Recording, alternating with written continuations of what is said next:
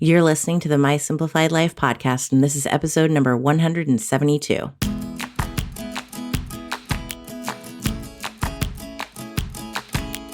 Welcome to the My Simplified Life podcast, a place where you will learn that your past and even your present don't define your future.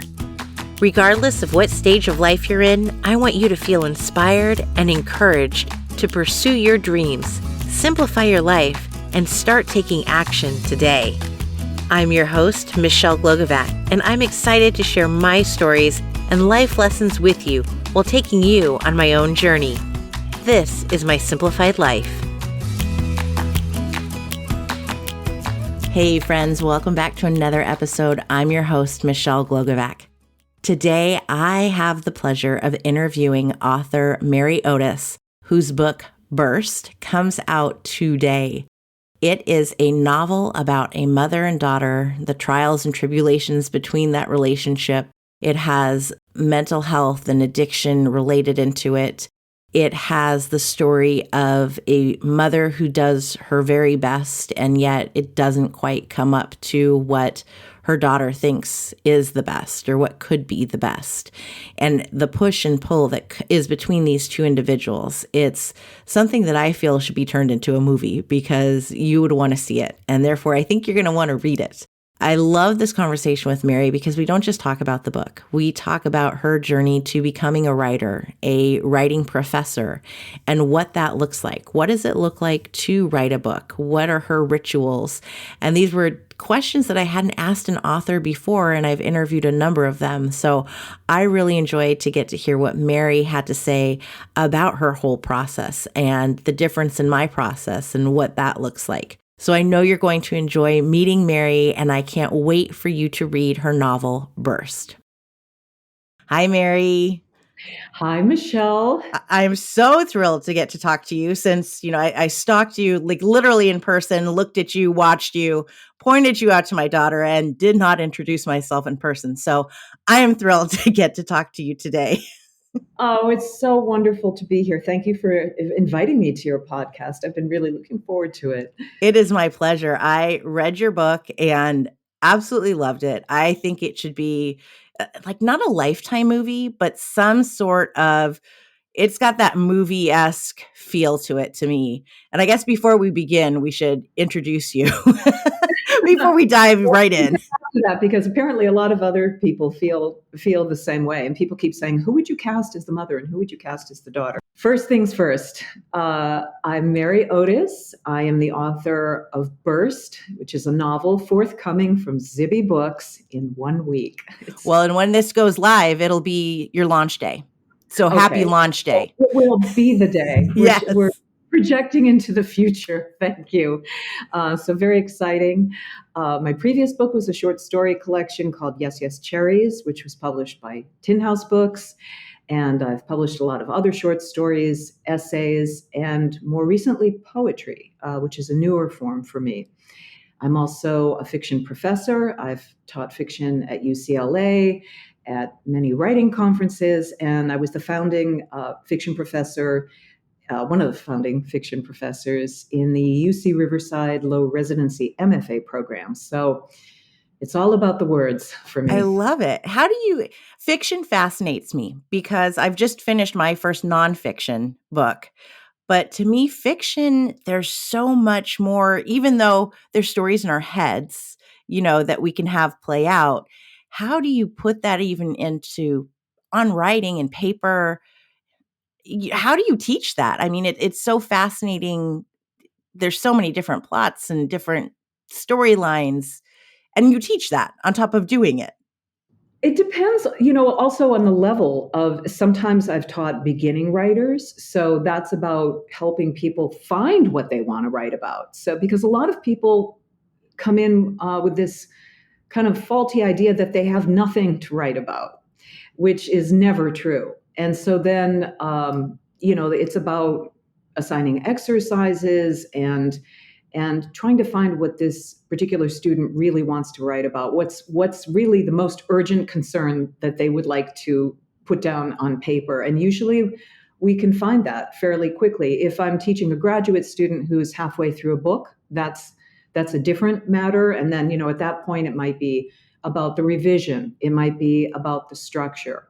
But for me as a teacher, I'm always trying to get at what is the heart of the matter? What are you really trying to say? Because sometimes there's sort of, I don't know what you would call them, the stories that creep in that seem like they're what you're trying to write, but they're not. And oftentimes people are very influenced by favorite writers. So that's kind of, a track they're taking initially, trying to write like somebody they admire, which that's not really a problem, but sometimes it can be limiting. People come in with strange ideas that they don't think that they're funny, or they don't think, all kinds of strange limitations. And so I'm always trying to get to the original source of each person that is unique and special. And for me, it's extremely exciting to foster that and see it expand and flourish.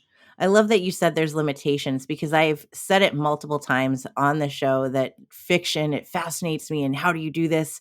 And I don't know that I could. And then I'm sitting here going, I probably could. If I really wanted to, I could probably write a fiction Oh, book.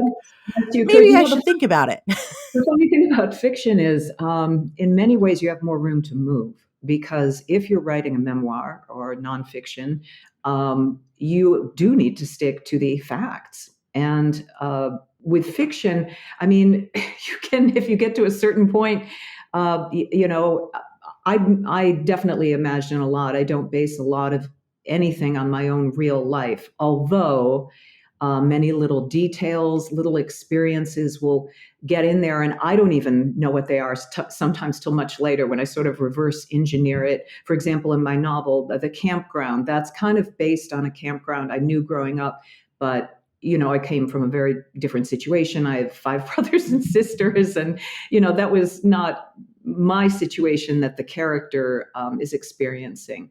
But fiction affords a lot of freedom. You might be surprised.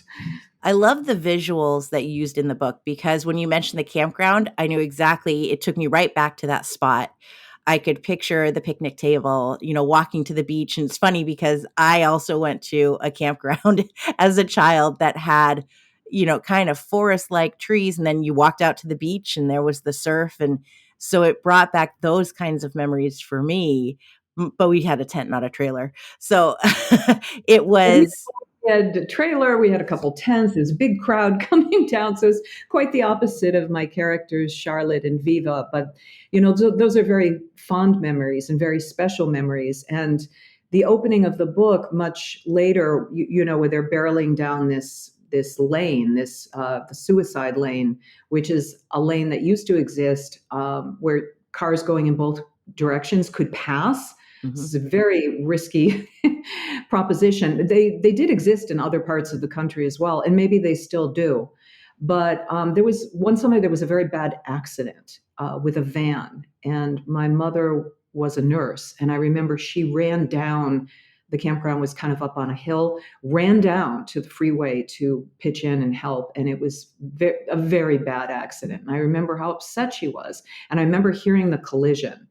And so it's strange that much later I realized perhaps prompted this mother and daughter barreling down that lane in Cape Cod, even though that personally was not, my situation. But it's funny how something based in reality, a strong emotional memory can kind of transmute and lead you to a different scenario, but it's embedded in there somewhere, kind of the magic of fiction.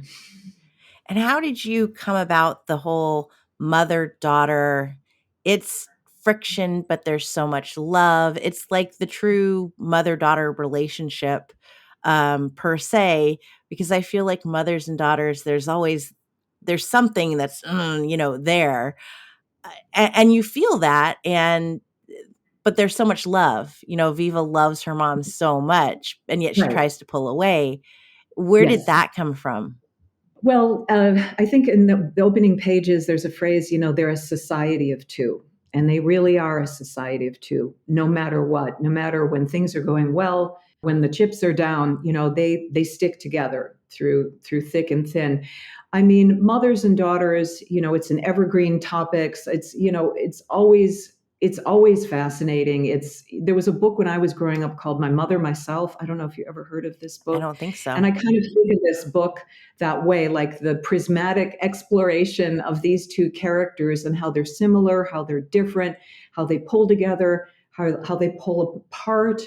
And the character of Charlotte is based on kind of an amalgamation of a number of women and mothers I've met. She is unlike my own mother, but she's a fascinating character to me who I'm very fond of, even though she's, you would consider her quite flawed. But Yeah, but I feel like towards the end, and we won't give it away because we want everyone to go right. buy it and read it. But towards the end, you feel this pity for her, this sorrow of, oh, she's trying so hard, buying the suit and showing up wearing it and worrying about the stain and, and Yeah. then to get turned away, just, it brings tears to my eyes to think about it because I could just feel what she was feeling.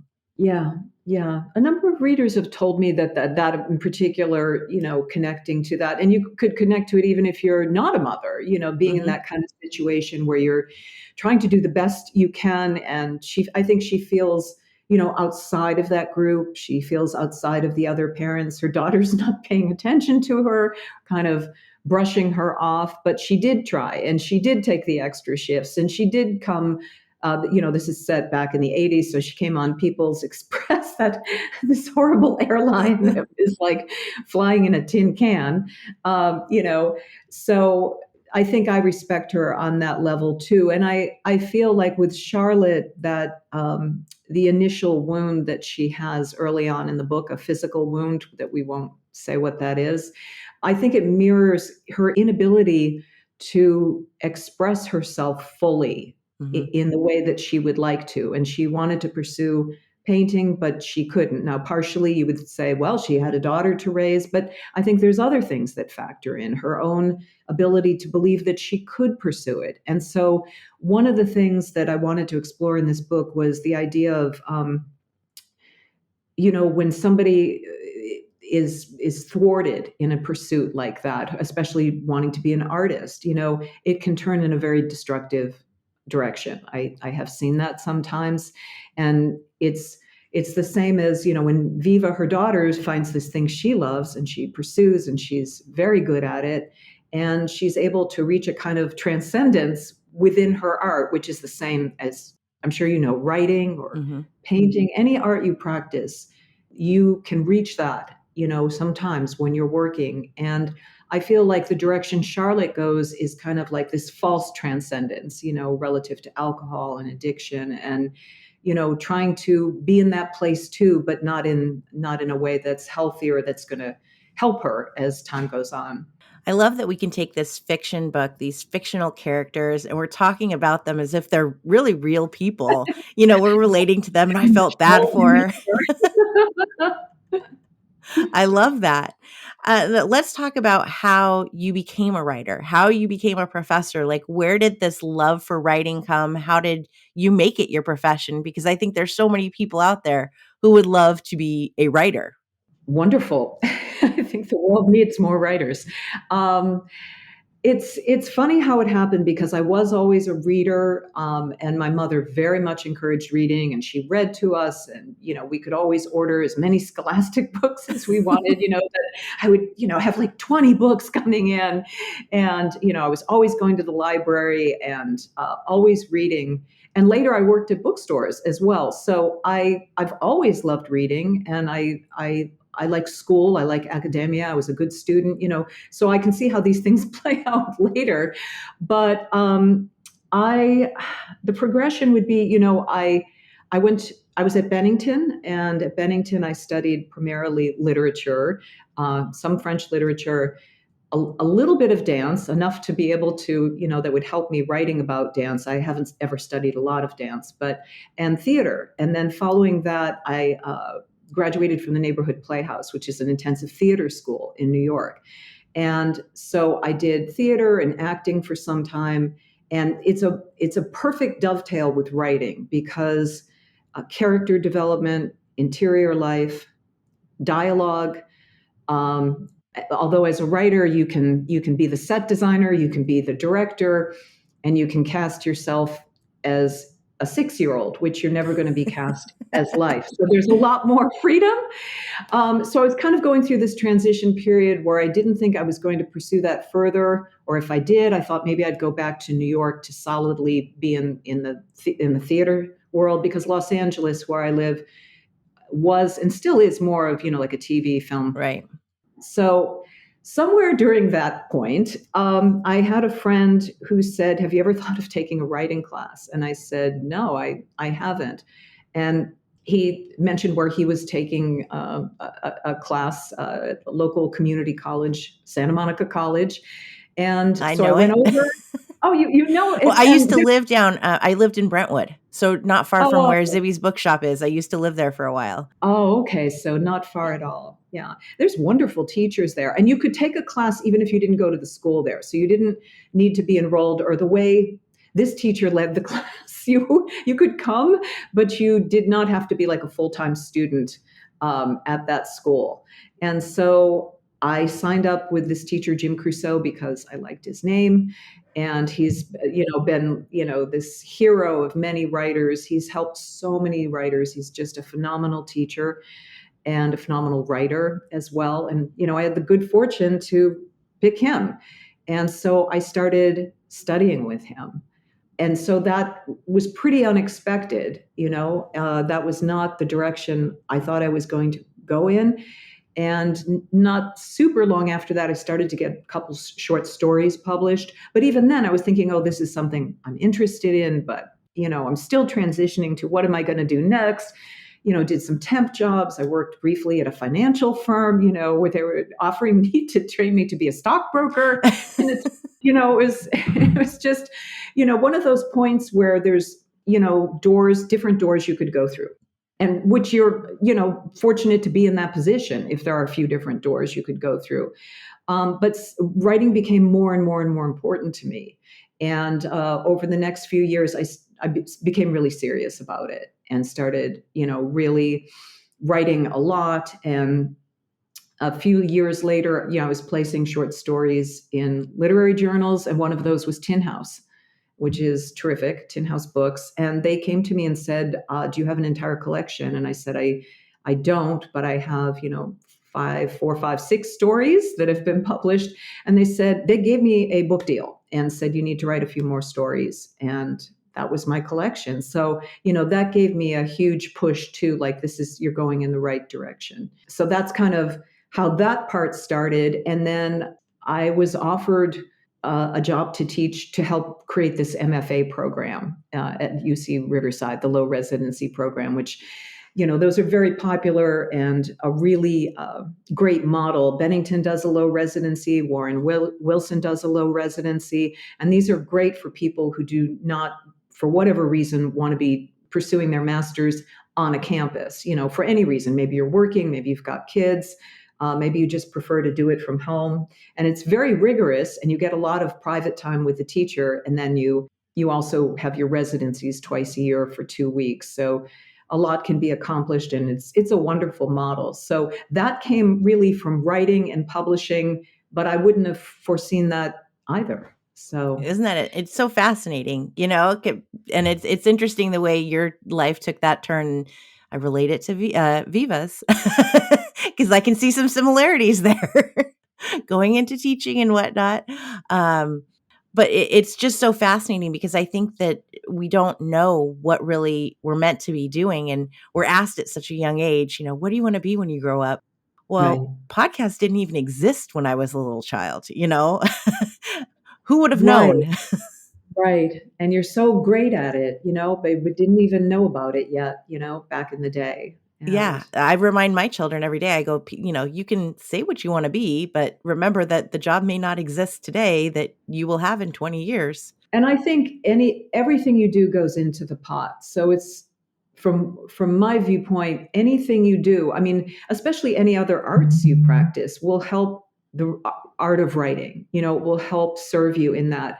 But pretty much anything that you do, any job you have, will probably help you develop skills that will help you in writing. For example, I've taught some classes sometimes that were more like, a 8-week or workshop at UCLA. A lot of lawyers end up being writers, and they do a lot of writing. Yes. you know, a lot of people, I think, know that they have the interest of writing, but for whatever reason, life pulls them off, and they come back to it later. And I've seen that sometimes, which is wonderful, to see people pursue it at a later point, when they kind of were not able to stay on that track early on. It seems like it's almost like a catch-22 because there's people who should be writing who are getting pulled in these different directions. And then there's others who are like, well, I can just self-publish. So here it is, even though, not everything that's published should be published, I think. But, just like not every podcast should go live. Not every TV show should go live. Right. But I agree self-publishing with you. lets them. That's really interesting because self-publishing, there's, big proliferation of it now. There's good self-publishing. It's definitely viewed differently than it was even 5 years ago. But I agree with you because I have tremendous respect for craft. And, sometimes when I've met a student who's like, how do I get my agent? And they haven't written their first story, I think, okay, so why do you really want to do this? You might want to learn how to write first. Yeah, it's such a process to map it out, to figure out what you're writing. And you have to get so much done before you can even go down that path of, can I get an agent and look for queries and. You have to learn your craft. Absolutely. How long did it take you to write Burst? It's a little hard to track it specifically. I was teaching quite a bit at that time. I would say maybe about 6 years total. But if you condensed it, I don't know, 3 years. It was spread over time. But when I look at, certain parts that I wrote, and I wrote them fairly quickly, but then I couldn't get back to them for a few months. So it amazes me how long, because Andrea was the same way. I think hers was 4 years or so to write her book, Women Are the Fiercest Creatures. And for my nonfiction one, I think I finished it. It was just over a year between the proposal, writing everything. And I'm like, oh, I would get so frustrated with myself if it took me, that long to see it come to fruition. I wonder if others look at that and go, oh, well, I don't want to take 6 years to write a book. Well, I think it's case by case because, that's wonderful. I've written things super quickly. I've written, I've written stories that I kept working on over 2 years. I've written a story in a week. It's almost like project by project basis. And it's funny. I feel like the material itself ends up dictating, what happens. You hear sometimes about people who took 10 years on a novel, Was it Zora Neale Hurston wrote Their Eyes Were Watching God purportedly in 6 weeks? That's a Wow, astonishing novel. And when you think 6 weeks, that's amazing. Yeah, because I was hoping to write 1,000 words a day, and some days it was more, and some days it was a lot less. That's a good goal. Well, that's good. As I said, I think the timing it will be wed to what the project is itself. And I think a lot of times also teaching, I've noticed some people really like to get all the writing down quickly, just get it down. I was just speaking with Andrea Dunlop. We did a podcast for Book Passage last Saturday. And so she was talking about how she very much likes to just get it down as quickly as possible. And I like to work more slowly, and I like to return to everything I wrote the previous day. And neither of those methods are right or wrong. Some people are very much to one extreme or the other, and then everyone else is in between. All you need to do, though, is find a method that does work for you. I love that. Yes, because I would not look back at my stuff until it was all the way done.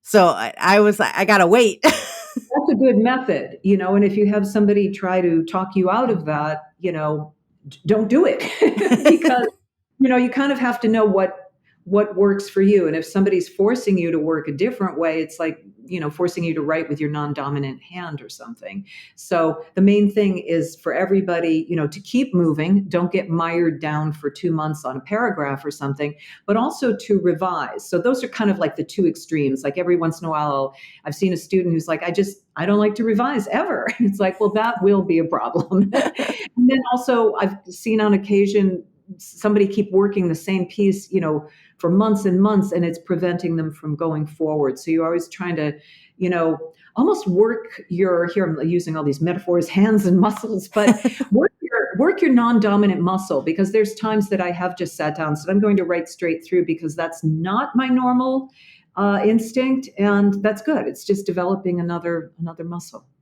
When do your ideas strike you? Because for me, if I'm in the shower, that's when everything comes out. So I do have a waterproof notepad in the shower because that is when I will formulate sentences, letters, emails. And I'm like, oh, Instagram posts, that's where it happens. I don't know what it is about water, but I've heard that so many times, and I've had it happen too. It's something about the negative ionization, because when you walk by the beach, you get that good feeling. It's Mm-hmm. the negative ions, but there's something about water. I've experienced it. I've heard it. For me, one thing that's always been kind of tried and true is if I wake up in the middle of the night with an idea, that's usually something I really need to follow out. And I've been at points where I'll remember this in the morning, and I think, no, you won't. So I always get up and write it down, or sometimes I record it. So sometimes I get ideas in the middle of the night. I walk a lot. Walking is very integral to my writing process, and I see a lot of things on my walks, and I just enjoy it. And I listen to music a lot, and I don't know what it is, but lately, a lot of times when I'm walking, I'm getting pieces and bits of things, even if I'm, blasting music, which seems kind of counterintuitive. And I think, when you're in a book and you're pretty deep in a book or a story or poem or whatever, it's almost like you're running on parallel tracks. There's your real life, but then you've got this secret side life of the project, and it will talk to you perhaps at any moment. I've been at a dinner where I was like, oh, excuse me, I need to use the restroom, and I have to go get my notes down that I just thought of something while I was, ordering a bread basket. So I don't particularly always know how it's going to come. Of course, when you sit down to write, that's when you're probably going to get the bulk of things. And I do, when I work, I really like to try to carve that out, and I like it to be quiet, and I have my little rituals to set it up. What are your ritual like things? Because I noticed that when I sat down to write my book, I started a ritual. I could not just do it on my laptop and be wherever. I had to be at my desk, which was very weird. So, as someone who works from home, it's kind of a luxury to take your laptop wherever. But I was like, I have to be right here. Well, I think there's something to that, because you're building up an energy in that spot. It's almost like if you think of a church or a shrine and the energy that builds up there, or a football stadium and the energy that builds up there. I think going to that desk, it's your creative energy is building in that spot. And for me, I mean, it's nothing fancy or anything. I like it to be quiet. I like to line up my notes. I sometimes listen to music before, but not during. I sometimes read a couple poems, because poems are so often language driven. And then I just go dive in. So it's nothing especially unique. I have friends that really find a lot of inspiration writing in a coffee shop or writing in a restaurant. So that would feed them. But like for me, that would probably be pretty distracting. Same. I'd probably end up putting conversations into the book because I love to eavesdrop. And it's funny you said you like it silent, because I found that I listened to Harry Styles on repeat so much that when Spotify came out with the year rap thing, I was like in the top 20% in the world that listened to him. It was sad but true. You're his biggest fan. I am. He wrote my book.